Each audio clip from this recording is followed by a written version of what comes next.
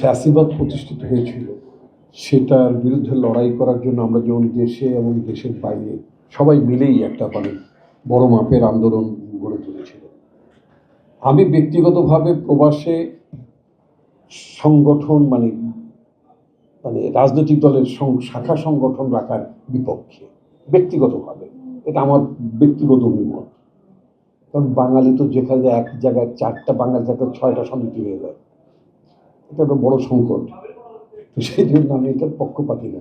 Even আমার মনে হয় আমি অনেক বছর আমিও দেশের বাইরে ছিলাম, যুক্তরাষ্ট্রে ছিলাম, তো সেখানে আমি কখনো দেখিনি যে ভারতীয় কংগ্রেসের একটা শাখা ওইসব দেশে আছে।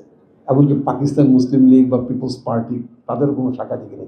যেই পাকিস্তান মানে একেবারেই রাজনৈতিকভাবে এখনো শিশুই থেকে গেল, তাদের মধ্যেই কালচারটা নাই, একমাত্র আমাদের মধ্যে আছে।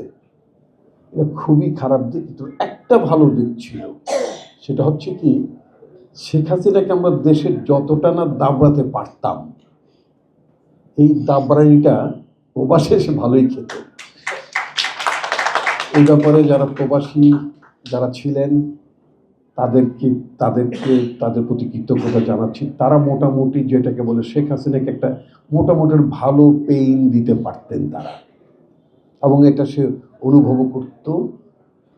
পার্টিকুলারলি লন্ডন সফরে গেলে তো তার অবস্থা খুবই ব্লাড প্রেশার বেড়ে যেত, ডায়াবেটিস ছিল কিনা আমি জানি না, সেটাও বেড়ে যাওয়ার কথা ছিল, হোয়াট এভার। তো যাই হোক, আমরা কোন্দল যে বললেন যে গ্রুপিং থাকবে, আমার সময় খুব সংক্ষেপ, আমাকে আবার একটা এলাকায় যেতে হবে। এলাকায় ম্যাডামের জন্য একটা পূর্ব নির্ধারিত একটা দোয়া মাহফিল আগে থেকে এলাকার মানুষ আয়োজন করেছেন খুব বড় আকারে, সেখানে অ্যাটেন্ড করতে হবে। তো এই কুন্দল টুন্দল থাকার অন্যতম কারণ হচ্ছে যে আমাদের বাংলাদেশের রাজনৈতিক দলগুলোর সাংগঠনিক কাঠামোর দুর্বলতা অথবা নির্বাচন পদ্ধতির দুর্বলতা। মার্কিন যুক্তরাষ্ট্রে যারা সিনেটর এবং কংগ্রেস পদে যার যার দল থেকে প্রতিদ্বন্দ্বিতা করেন, তাদের মধ্যে দলের মধ্যে প্রতিদ্বন্দ্বিতা নেই, আছে তো।